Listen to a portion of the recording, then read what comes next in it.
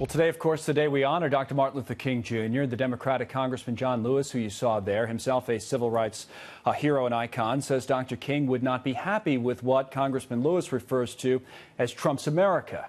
Dr. King's niece, though, as you heard a few minutes ago, and you'll hear more now, seems to disagree.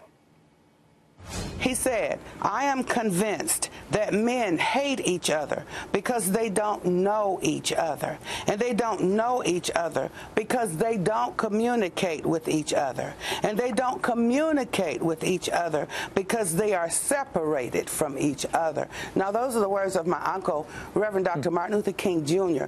John Lewis, Congressman John Lewis, knows so many of my uncle's words. It's better if he will go ahead, communicate with the president, and to boycott the State of the Union address is not going to begin to resolve the problem.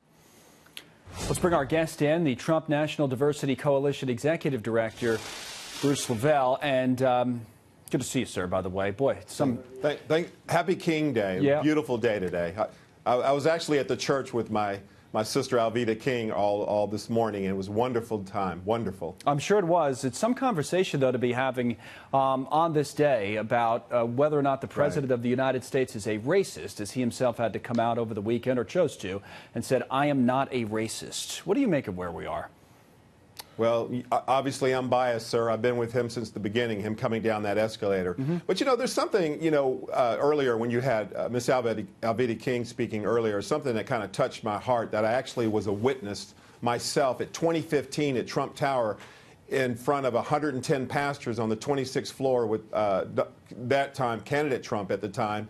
And he spoke in the front. He says, you know, one of the things that when I become president, I'm going to protect the pastor's ability to speak out of the pulpit without any government coming in and overreaching. So for a comment to say, for Congressman John Lewis to say respectfully that, you know, I don't agree, I don't think Dr. King would agree with President Trump is totally an unfair statement. Because when you have a POTUS in office that we have here that has fought to lower taxes to put more money in my pocket as well as my employees' pocket, when you put a POTUS in office that defends the right for pastors who look like me and Congressman John Lewis to protect those pulpits, you know, how can you say something like that? How can a man of 40 years out in the public eye, traveled all over the world, not one person go through 17 candidates in the primary, through a vicious general, and not one soul can come up and validate any of this statement that he's a racist? Now, if someone, this is totally crazy. If someone, whether it's Congressman Lewis or someone else, looks at statements, public statements that the president has made, or statements like last week that have been reported to be made by the president, and concludes in their own right, in their own mind, that they say, I think he's a racist. Can you appreciate that? And if so, what would you say to that person? What would your counter argument to that person be?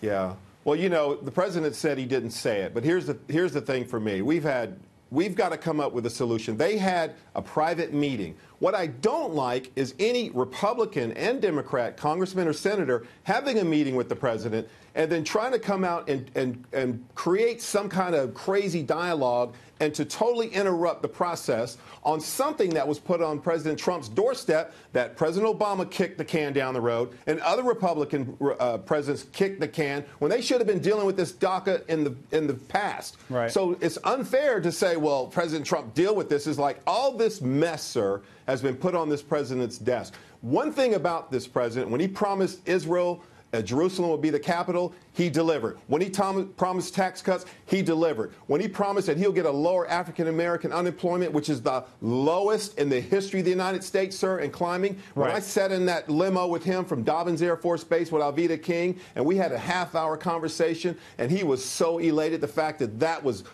just totally diminishing, and his plan was to go out and to work with small banks and get more banking back for access to capital for people who look like me and African-American community. This came out of the president's mouth.